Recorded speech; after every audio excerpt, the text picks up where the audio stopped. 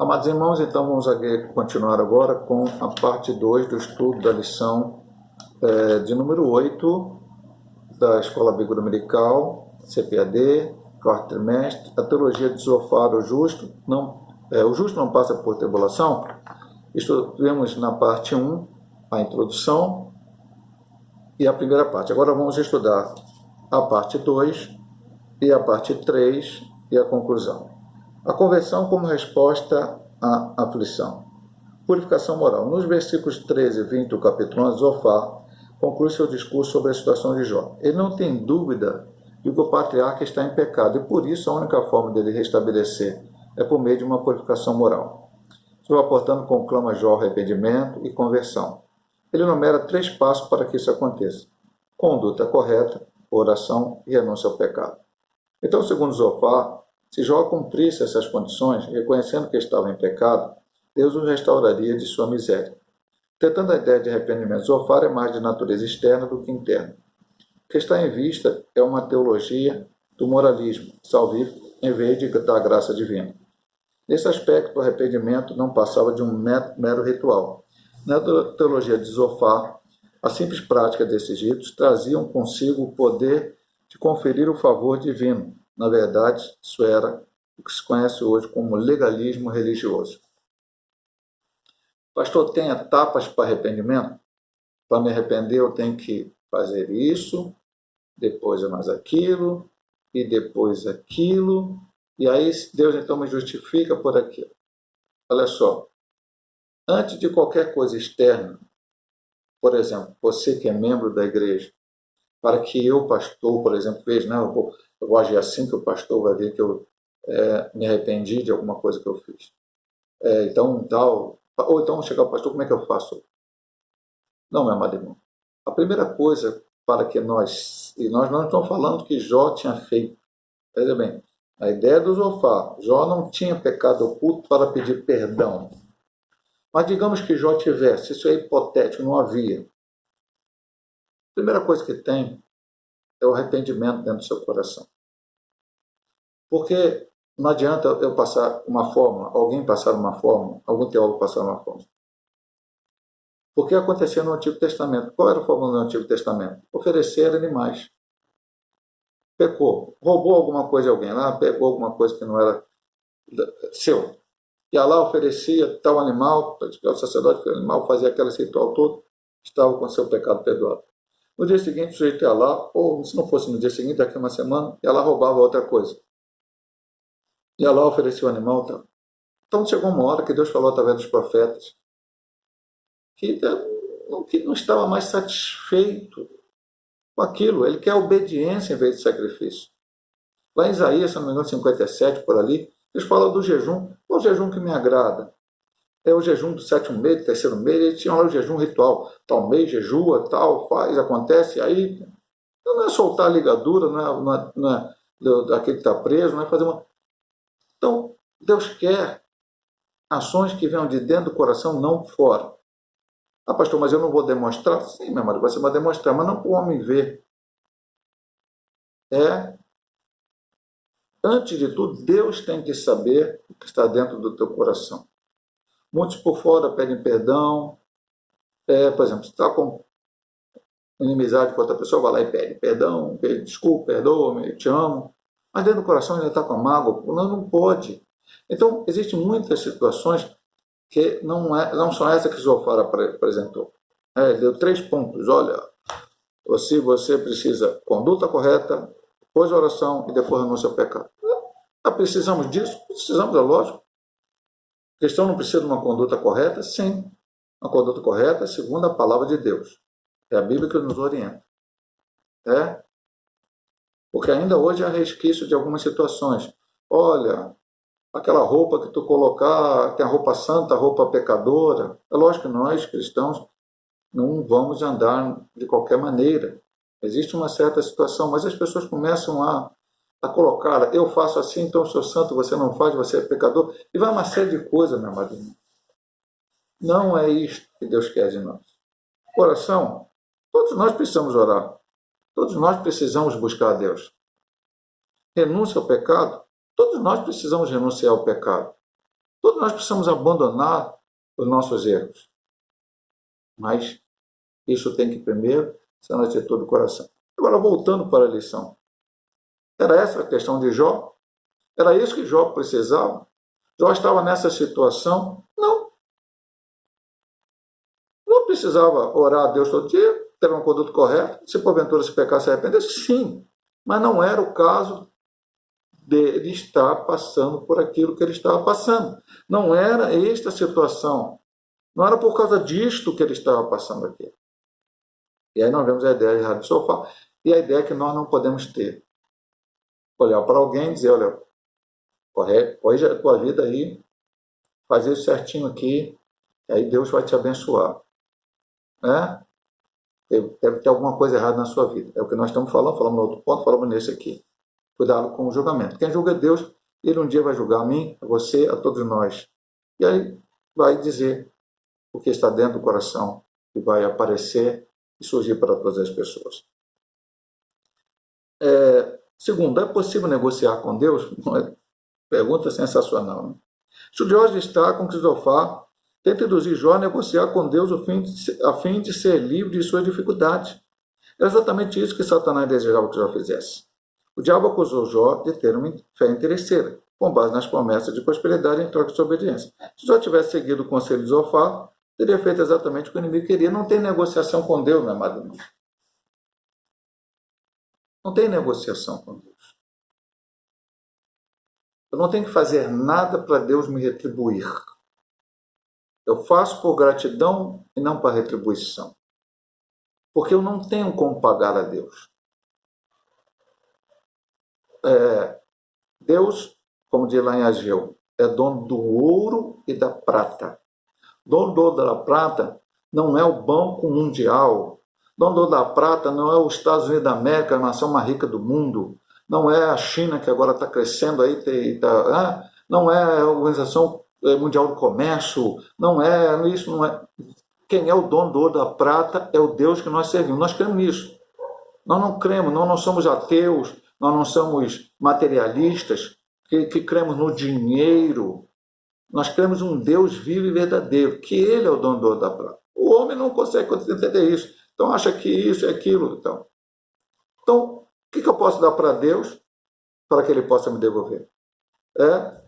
Eu vou ler para você aqui. É bom, texto não está citado na lição. Eu vou ler aqui. De certa forma, de cabeça, às vezes eu nem me lembro onde eu acho que é Romanos 11.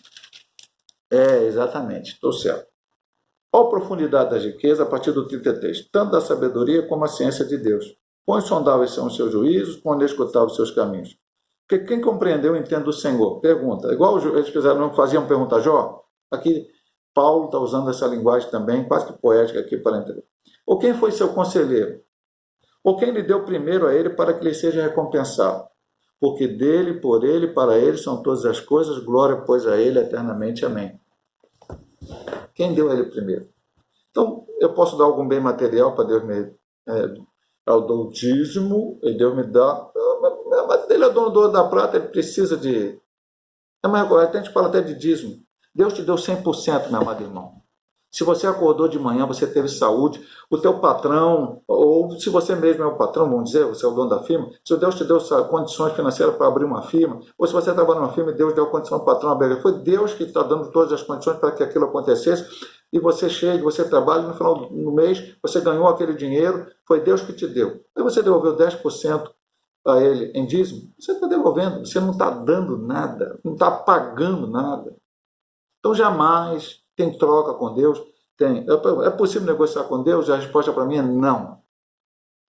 E como diz aqui, se Jó fizesse isso, Deus, eu prometo que eu vou fazer isso, aí o Senhor me tira dessa situação. Era o que Satanás queria que ele fizesse. Porque Satanás disse a Deus, ele é fiel ao Senhor porque o Senhor tem dado a ele. Eu não tenho que ser fiel a Deus porque Deus me deu, porque Jó disse, Deus deu, Deus tirou, louvado seja o nome do Senhor. Eu continuo sendo fiel com Deus dando ou com Deus tirando. Ou com Deus permitindo que ele não tivesse. Então a minha fidelidade independe de bens materiais. Tem que ser assim nas nossas vidas. Não tem negócio com Deus. A angústia de Jó. Diante das insistentes acusações dos amigos e do silêncio de Deus, Jó dá sinais de desânimo. Capítulo 12 e 13. Ele manifesta de vez toda a sua condição humana, o justo sofre. Se Jó seguisse o conselho de Zofar, estaria assinando um termo de confissão, assumindo algo que não havia feito. Ele sabia da sua integridade e por isso não se sujeita a esse capricho do amigo. Isso o lança num dilema angustiante. No capítulo 14, ele demonstra que sua esperança está desvanecendo, comparando-se a uma flor que é cortada, uma sombra que desaparece e um empregado que trabalha, mas que logo é dispensado. Qual é o sentido da vida nessa circunstância? Haveria esperança? Jó parece estar desiludido. Até mesmo uma árvore, quando tem o seu tronco cortado, volta a ter brotos novamente, mas isso não acontecia com o homem. Nesse aspecto, o homem se assemelhava mais à água que evapora ou que se infiltra na terra. Diante desse quadro, Jó se pergunta: morrendo o homem, porventura tornará a viver? Era a pergunta de um homem crente e piedoso, porém angustiado, que não tem medo de expressar a sua verdadeira condição humana. Então, voltamos. Pastor, aliás, eu vou dizer para você, eu não vou dizer pastor, vou dizer para você. Meu irmão, quem sou eu para acusar Jó? Eu não estou na situação de Jó, não passei a situação de Jó, e não posso dizer isso. Agora, logicamente, aqui a gente olha, nessa angústia, nessa dificuldade de Jó, depois lá no final ele diz assim: eu falei do que eu não conhecia. Porque ele começa a ficar angustiado, por exemplo, morrendo o homem, porventura tornará a viver, ele antes tinha demonstrado a ideia de que ele voltaria a viver, da ressurreição. Então, nossa esperança não é só nessa terra, porque se for só nessa terra, como diz a palavra lá em Coríntios, 1 Coríntios capítulo 1, nós somos mais miseráveis do homem. Nossa esperança, e aí o capítulo 15 de 1 Coríntios, é o capítulo da ressurreição. A nossa esperança está na volta de Cristo. É lá que todo o nosso sofrimento, problema, dificuldade vão passar, porque nós vamos estar para sempre com o Senhor livre deste corpo de pecado. Então Jó, naquele momento, não falou: pastor, mas eu não posso estar angustiado pela situação. Sim, meu amado irmão, nós estamos falando isso, a lição não vai dizer isso para você. Somente eu vou dizer uma coisa para ti. Por que que Deus, mais uma vez, como disse quase no início, Deus usou a CPAD para escolher essa lição, esse autor, escrever essas palavras? Não, isso aqui não está escrito por acaso, essa lição não está aqui por acaso, você não está estudando ela por acaso. Está estudando, e como as outras demais, de outros assuntos que temos estudado. Efésios no outro trimestre, anterior, esse anterior agora, sobre o povo, o avivamento do povo na volta do cativeiro. São lições para nós aprendermos, para colocar de prática no dia a dia. Não adianta aprender a palavra de Deus. Jó passou ali tristeza, então tem que passar tristeza também. Mas você já está vendo que Jó depois ele disse: eu não entendi, eu falei muita coisa que eu não entendia. Então, por que eu vou falar também com Deus coisas que eu não entendo? Eu prefiro esperar em Deus, aguardar em Deus, e saber que Ele sabe o melhor para mim, que no momento certo a vitória chegará. Jó sofreu muito, isso é indubitável. Muitas pessoas hoje estão sofrendo, e muitas estão sofrendo no mundo apenas porque são cristãos, remido e lavado no sangue do Cordeiro. Mas nós estamos aqui porque confiamos nesse Deus vivo, verdadeiro, eterno, poderoso, e continuamos confiando nele. Aprendamos isso com o nosso querido Jó. Ponto 3. Deus julga e castiga os pecadores. O castigo dos maus. O capítulo 20 contém o segundo discurso de Zofar. Nele, Zofar lembra Jó que a aparente prosperidade dos ímpios não passa de ilusão e dura apenas um instante. Na verdade, ele repete o que seus outros amigos já há muito vinham dizendo. Capítulo 20, versículo 5. Os versículos 12 e 14 desse mesmo capítulo são usados por Zofar para comparar o deleite do ímpio a uma comida envenenada. Ela pode saciar, mas proporcionará uma digestão trágica.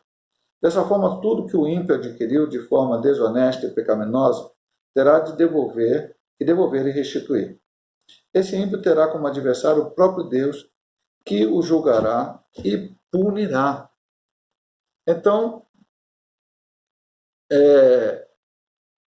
ele fala de um castigo aos maus. Assim como o pecado oculto, que ele dizia que havia no Jó, ou outro dizendo que todos os ímpios sofrem e os justos não sofrem. Mais uma vez, essa ideia está errada. Pastor, Deus não vai castigar os maus? Vai. Nós podemos lembrar aqui, já foi falado na lição anterior, do Salmo 73 de Asaf. Asaf ficou muito preocupado com a prosperidade do ímpio, estava prosperando, prosperando, prosperando, prosperando materialmente, cada vez enriquecendo, mais bênção, mais coisa, né? Bênção, entre aspas, a pessoa, enfim. E ele, Asaf, passando por dificuldades, problemas. De repente ele entrou na casa do Senhor, ele diz isso no Salmo 73, e recebeu de Deus ali uma revelação que já estava escrita na Bíblia, mas ele não tinha entendido ainda. Por isso a gente tem que estudar a Bíblia sempre, meu amado irmão. Às vezes a gente fica com ideias erradas, pensamentos errados, porque a gente ouve o galo cantar e não sabe aonde. Alguém vem, prega alguma coisa que não está na Bíblia, a gente diz glória a Deus e amém para aquilo que não está na Bíblia. Mas se a gente ler a Bíblia com calma, frequentar o estudo da escola bíblica dominical, estar na igreja estudando, a gente vai aprender muita coisa. Então Asaf foi entender o fim dos ímpios.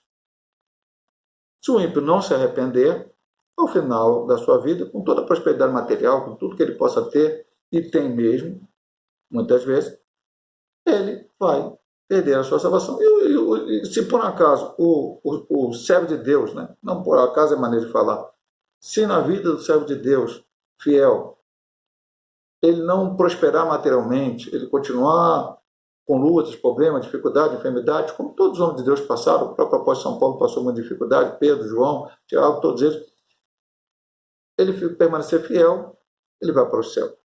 Esse é o entendimento que ele teve. Então, peraí. Deus castiga os maus? Vamos pensar no dia de hoje. O homem mais rico do mundo é cristão? Eu não nem posso dizer hoje quem é o homem mais rico do mundo. Mas até alguns anos atrás, era um homem chamado Bill Gates, o dono da Microsoft. Não é cristão. Não é cristão. Eu não estou dizendo isso, estou ocupando isso, falando isso, dizendo aquilo. Não, meu irmão. Nós cristãos hoje precisamos entender o seguinte. Vamos parar de linkar riqueza com bênção, prosperidade material com bênção. Não. Bênção é. Mas a bênção maior que o cristão recebe é a salvação. Então, há ricos que não querem Jesus e esses vão perder a sua salvação se não se arrependerem no final da sua vida ou em algum momento e aceitarem a Cristo, o que não comportará também de vender as bênçãos materiais de todos e tal. Estou falando do rico honesto. O rico desonesto, como Zaqueu era, tem que devolver tudo e entregar aquilo que ele roubou. Há ricos cristãos e também vão viver com a sua riqueza e vão servir a Deus e continuar servindo, vão ser salvos. E há pobres que não querem saber de Deus. Se não se arrependerem, também vão perder a sua salvação, vão para o inferno. E há pobres que, não obstante não terem riquezas materiais, estão servindo a Deus. Então, não é um linkar uma coisa a outra. E é o que ele estava linkando. Castiga os maus. O mal tem doença, o mal perde família, o mal fica pobre. Não. Acontece também com os justos. E aí o justo tem que entender qual é o propósito de Deus naquela situação. Jó diante de um paradoxo. O capítulo 21 traz a resposta de Jó ao argumento de Zofar. Para o patriarca, a tese de Zofar, de que os ímpios são sempre punidos, era contraditada pela experiência. Os ímpios poderiam sim ser punidos, mas isso nem sempre parecia acontecer conforme descrito. Por que razão os ímpios envelhecem e ainda se esforçam em poder? Jó havia constatado que os ímpios pareciam gozar de longevidade e prosperidade. Além de terem vida longa, eles passavam seus dias em total regalia e morriam em total felicidade, como podemos constatar nesse versículo. Passam eles os seus dias em prosperidade e em paz descem à sepultura. Jó 21:13, como está na Almeida Revista Atualizada. Como acabamos de falar, eu acabei comentando um pouco antes.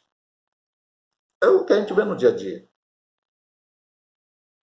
Nós cristãos, meu amado irmão, nós temos que tocar nessa tecla, bater e repetir. O mais importante é o teu nome estar escrito no livro da vida. Não é o que você tem, se você passa dificuldade neste mundo, tribulações, problemas. Jesus disse, no mundo tereis aflições, mas tem de bom ânimo. Eu venci o mundo. E quando ele venceu o mundo? Na cruz do Calvário. E a vitória não é dele, a vitória é somente dele, a vitória é da igreja. A vitória é que ele morreu na cruz, mas ressuscitou ao terceiro dia. E brevemente voltará para buscar a sua igreja. Jó também estará lá, no dia do arrebatamento, porque ele terá seu corpo transformado e todos subiremos ao encontro do Senhor. Jó cria nisso. Em algum momento ele teve aquela dificuldade, mas ele pôde entender isto. A verdade vem à tona. A lei da retribuição não se aplica a todas as esferas da existência humana, nem explica os caminhos soberanos do Altíssimo, pois Deus também faz que o seu sol se levante sobre maus e bons e a chuva desça sobre justos e injustos. Jó 5,45. Esse texto já foi citado em lições anteriores. E é verdade. Se Deus quisesse somente que os ímpios perecessem, os justos prosperassem, o sol e a chuva só cairiam sobre os bons. Porque se não caísse sobre os ímpios, eles não teriam sustento, não teriam riqueza, não teriam nada, não teriam nem saúde. Tá? Mas cai sobre todos. E quem dá o sol à chuva? É eu que faço o sol à chuva? É você que faz o sol à chuva? É o justo? É o ímpio? É o cientista? Não, quem dá a chuva e o sol é Deus. Elias orou e 3 anos e 6 meses não choveu sobre a terra. Depois ele orou de novo e choveu. Quem deu a chuva foi o Senhor. Ele cria. 3 anos e 6 meses sem chover, ele manda o moço olhar lá no horizonte e vê uma nuvem como a palma da mão do homem. E ele manda avisar a cabo que ia chover muito. Porque ele sabia que Deus dá a chuva. É Deus que faz todas as coisas. Eu só tenho que acreditar nele. Crer nele, confiar nele, independente das circunstâncias que eu estou passando. E não acreditar numa lei de retribuição. Aí parece karma, isso é espiritismo, isso é budismo, também tem um pouco de karma, isso é a religião hinduísta. Não, meu amado. Deus é soberano e ele age como ele quer. Eu tenho que crer nele. A conclusão da lição de hoje nos diz: vimos como Jó continua sua defesa contra os argumentos de seus amigos, que insistem em acusá-lo de pecado. Ele está convencido de que é inocente e que não cometeu nada que justifique tamanho sofrimento. Os amigos de Jó, por desconhecerem as razões de seu sofrimento, o acusam de forma impiedosa. E Patriarca, por desconhecer a ação de Deus nesse episódio, chega ao limite do desespero e desesperança. Todavia, como das outras vezes, mesmo angustiado e não sabendo como Deus permite tudo isso, Jó não diz palavras blasfematórias contra o seu Criador.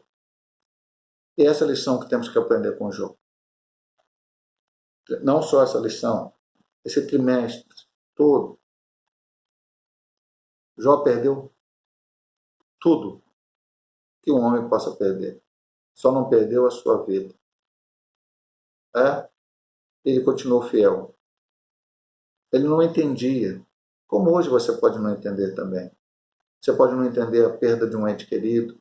Você não pode entender a perda do seu emprego, a crise que estamos passando, esse coronavírus, um novo normal, agora talvez, oramos para que não, mas uma possível segunda onda na Europa, e nos Estados Unidos e talvez aqui no Brasil, talvez um novo lockdown, ficar preso dentro de casa sem poder sair. Mas, meu amado irmão, não obstante todas essas coisas, Deus está no controle, e brevemente Jesus voltará para arrebatar a sua igreja. Então, nada que eu amelei nesse mundo, que eu ganhe nesse mundo, que eu receba nesse mundo, ou nada que eu perca nesse mundo, que eu deixe de ganhar, que eu deixe que tenha uma coisa que, aparentemente ruim na minha vida, poderá me afastar do amor de Deus. É como está em Romanos. Nada pode nos afastar do amor de Deus que está em Cristo Jesus, nosso Senhor. Deus possa te abençoar através desta lição. E se Deus assim o permitir, se Jesus não voltar para arrebatar a sua igreja, próximo final de semana estaremos ministrando a lição de número 9. Que Deus te abençoe em nome de Jesus.